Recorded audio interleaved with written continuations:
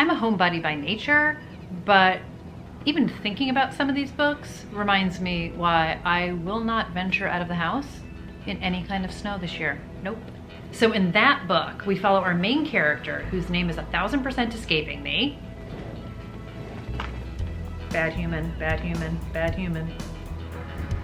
No, hard pass. Just keep on driving, keep on driving.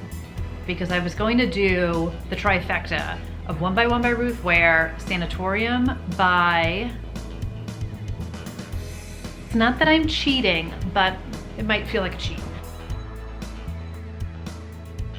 Hi everybody, it's Audrey and welcome back to Chapter and Converse. Today's video, I am going to be talking to you guys about a non-TBR TBR of a bunch of books that take place in the wintry, cold, snowy season that I 1000% want to make it my mission to read this winter. So I am totally still a mood reader, but part of that mood is when it's cold and snowy outside, I'm usually in the mood for some cold and snowy books. So around this time last year, I made a very similar video and I made a bunch of recommendations of books that I had read and then had a list of books that I would like to read. So this year, I'm going to just talk about the books that I would like to read. So if you missed last year's video, which has some recommendations in it, I will link that for you guys below, above, all the places. But today we're gonna talk about a whole bunch of books that I would like to read this winter. So the first two books are gonna be a little deja vu if you did see last year's video, because they were books I wanted to read but I didn't get to because time just got away from me and you know, the mood happened. So this year, my plan is to read Misery by Stephen King. So this is the writer who gets kidnapped by his #1 fan and she does all sorts of dark and messed up things to him. I still have not been spoiled for this book, believe it or not. And it is my mission to not be spoiled for this book, but to read it. So I have heard great things about it. I've heard Annie is a piece of work. And then I also recorded the Kathy Bates, James Caan movie when I had like free HBO for a weekend, like a month or so ago. So I'm gonna read this and then I'm gonna watch it. I haven't seen the movie, I haven't seen anything.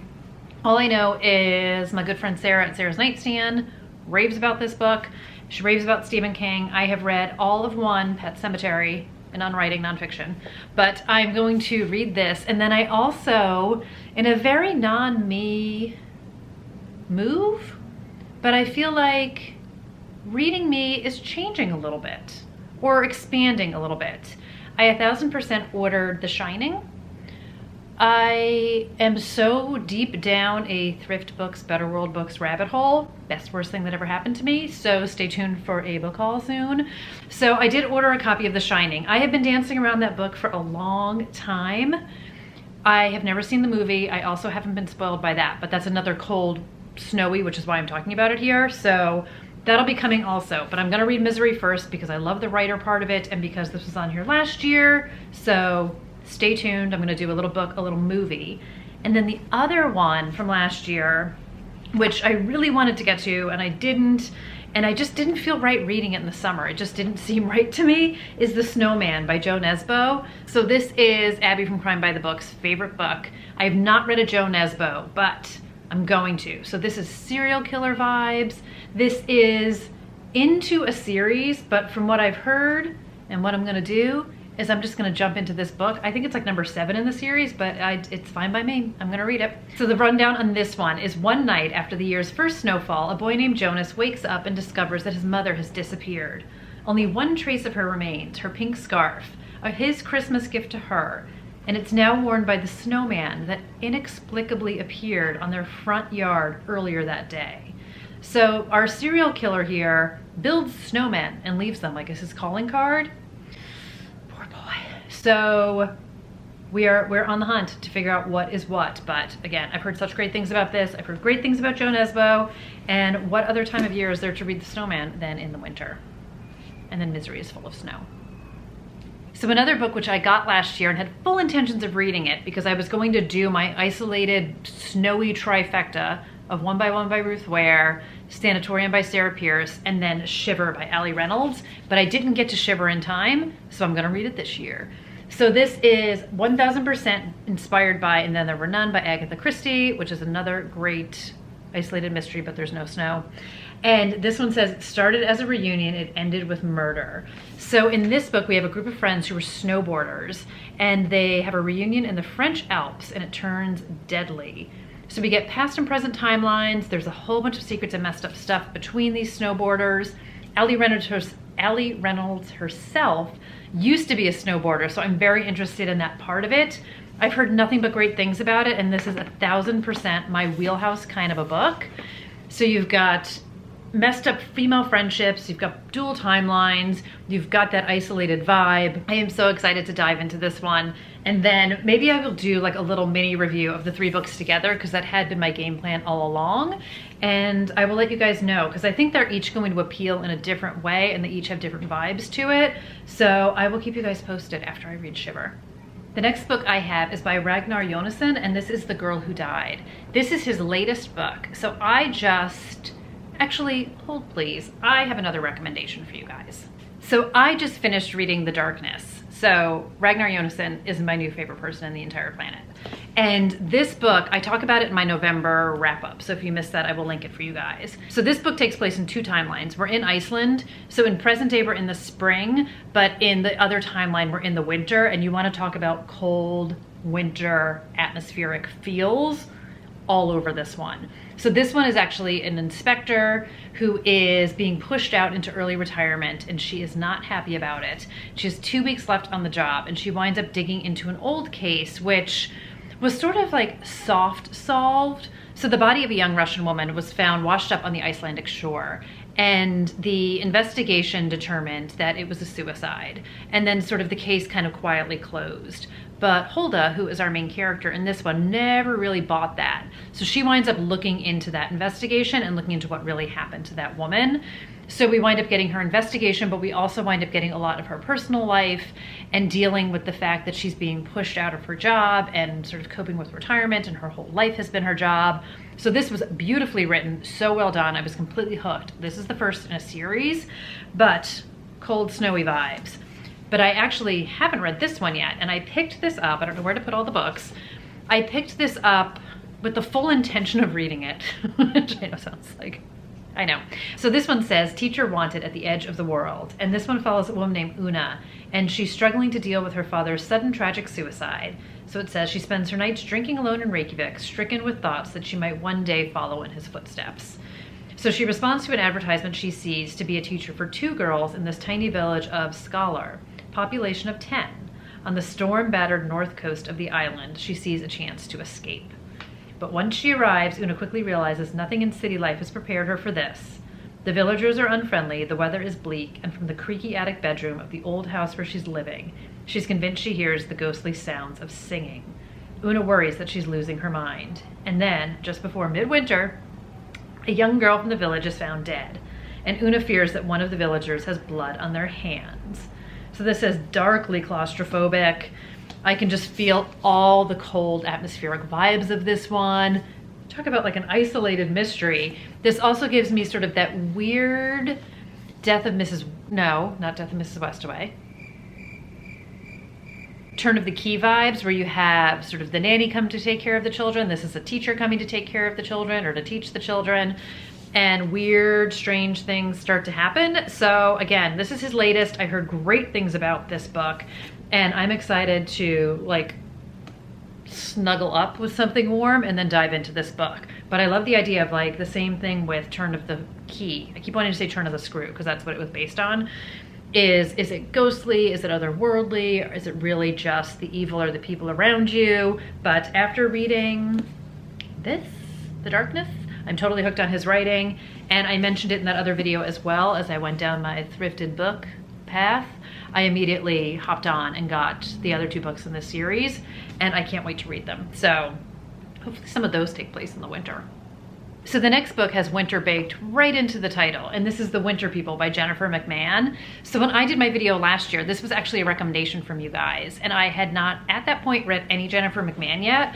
So I read The Drowning Kind this year and I loved it, and I'm totally jazzed to read more of her books. So this one was actually sent to me by Christine back in the summer. So thank you again, Christine, for this. And I have been holding it for the winter on purpose, and I'm so excited. And the top little blurb of this is like crisp, mysterious, and scary, reminiscent of Stephen King, who obviously, as I just mentioned in Misery, after I have read all one of his books, I am a huge fan of his writing. But this one says, some secrets never die. So we have a 1908 timeline, which I'm totally here for, and then we have a present day timeline, and we've got some mysteries that happen in a farmhouse. And again, after my one Jennifer McMahon book, I feel like that's her MO in a way too, where we've got the dual timelines, we've got someone in the present somehow investigating something that's tied to something that happened in the past. I may be making some of that part up. So this one takes place in Vermont. And of course I did the thing where I deep dove on Jennifer McMahon and listened to all sorts of podcasts with her, and she's from there. So I always love that. I feel like somebody called her like the Stephen King of Vermont in one of the interviews I was listening to. But in this one it says, West Hall, Vermont has always been a town of strange disappearances and old legends. So I am really interested in this one. And again, is it creepy? Well, I'm sure it's going to be creepy, but I mean, like, is it ghosty creepy, or is it people being creepy? And I love that the dancing the line and then sometimes crossing the line, and I'm getting more into some ghosty books. I'm reading The Lost Village by Camilla Sten right now, and I'm probably like halfway in. Stay tuned for my full review on that, but that's another one where I'm like, what's happening here? Unfortunately, that doesn't take place in the winter, but I still at this stage recommend that book. But this one, we've got a woman named Ruthie in the present day. So we're looking into some mysteries from the past, and it says she may be the only one who can stop history from repeating itself. So excited. So the next book, I fear, is like a little bit of not fair to you guys because it's the second in a series, but for me it's a book that I want to read. So this is The Dead Season by Tessa Wiegert. So this is the second in the Shana Merchant series. So Death in the Family is the first book, which I totally enjoyed, which is a full-blown isolated mystery. That one has weather, but it's like a nor'easter rainstorm that strands them on the island. This one has snow, apparently, based on the cover and the fact that it's just sort of like 'tis the season. So I don't know if snow plays a factor in this, but I don't believe she's doing isolated mysteries 2 times in a row. So I will be a little bit cautious about what I say because it is the second in a series. But we have an investigator named Shana Merchant. So in the first book, she has left NYPD. She's gone to upstate New York where her boyfriend or fiance is from. She joins the police force there. She winds up getting a call along with her partner out to an island where there is somebody from the family missing. They go to investigate, they wind up getting stranded there. So this is after that, obviously. And in this one she's still in upstate New York, and her past, which is alluded to in book number 1, seems to come back to haunt her in this book. So in this one, it says she winds up going to Vermont. So I'm just gonna guess it's just like a cold, cold time in Vermont. But I know book number 3 in this series is coming out in 2022, which I'm very excited for. So I'm looking forward to reading this one. If you haven't read Death in the Family, I highly recommend it. It's a really good book. And I really like Shana as a character. So I'm excited to see where Tessa Wiegert takes her in this book because I am here for it. Actually, I'm going to give you a little bit of a bonus because that last one was a little bit unfair. So I read No Exit by Taylor Adams last year. I neglected to put that on my list because it just didn't click with me. You guys mentioned it and I wound up reading that. I feel like it was one of the first books I read in January. You want to talk about a dark and messed up book. I was not prepared for what that book had in store. So in this book, our main character Darby is driving home from college and she's trying to get home to Utah, but she winds up getting sidelined by a blizzard in Colorado. So she has to pull over at a rest stop, and she gets there and there's a few other cars there and there's a few people inside. So she's happy that she's not stranded alone, but there's just no way, no how is her little car getting out of there. So she meets all these people inside. Everybody's just sort of hunkering down, waiting for the storm to pass. So she wants to make a cell phone call to let her family know that she's stuck. She's not gonna get there that night. And one of the people that's at the rest stop is like, if you go like out by, you know, over there, past the parking lot, whatever, you can maybe get a signal because there's like no signal in here or anything. Storm's messing everything up. So she goes out, she tries to make a call. It may or may not, you know, trying to do some text messaging. Not sure if it went through. But on her walk back, through the parking lot to the rest stop.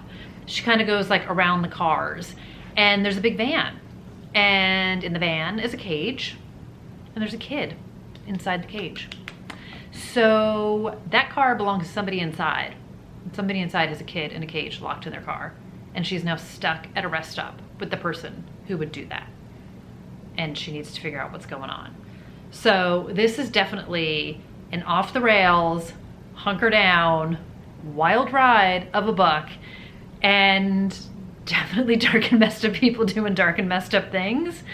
And there was some super cringy, OMG, like cover the eyes, oh my God, I can't believe this is happening moments in this book that I was not prepared for. So just know that. I'm not gonna tell you what they are. I'm not gonna tell you what's gonna happen, but just know it wasn't what I thought it was, but at the same time, I completely loved it because I was sucked into it, but I didn't read much about it. So I just didn't know it was gonna be so crazy, but like good crazy. It was crazy, but it was good. And it's actually gonna be a Hulu mini series, like multi-part series, I think in 2022. So get on it now so you can read it then. But blizzard, snow, talk about trusting no one. And it was one heck of a wild ride. And I will never ever stop at a rest stop ever again. Ever. Especially in the snow. Any inclement weather, no, hard pass. Just keep on driving. Keep on driving. The same way Survive the Night made me not want to ever go to a roadside diner or get in a car with a stranger. So many life lessons coming out of these books. So that's gonna do it for just a handful of books that I'm looking forward to reading this winter that have that snowy wintry vibe. But if you guys have other recommendations, please put them down below so everybody else can benefit from it. And if you've read any of these and sort of want me to prioritize any of them, let me know. I will do my best to do that as well. Moody. But I'm really excited for it. I am not excited for winter. I am not excited for these blasts of cold air that we've been having, but I am excited to hunker down with a snowy, vibey book because these are really exciting to me. I'm pointing over here because they're on the table. But thank you guys so much for hanging out today, and I hope you guys are doing well and staying warm. I've got my cozy sweater on, and I will see you guys in another video really soon. Bye, everybody.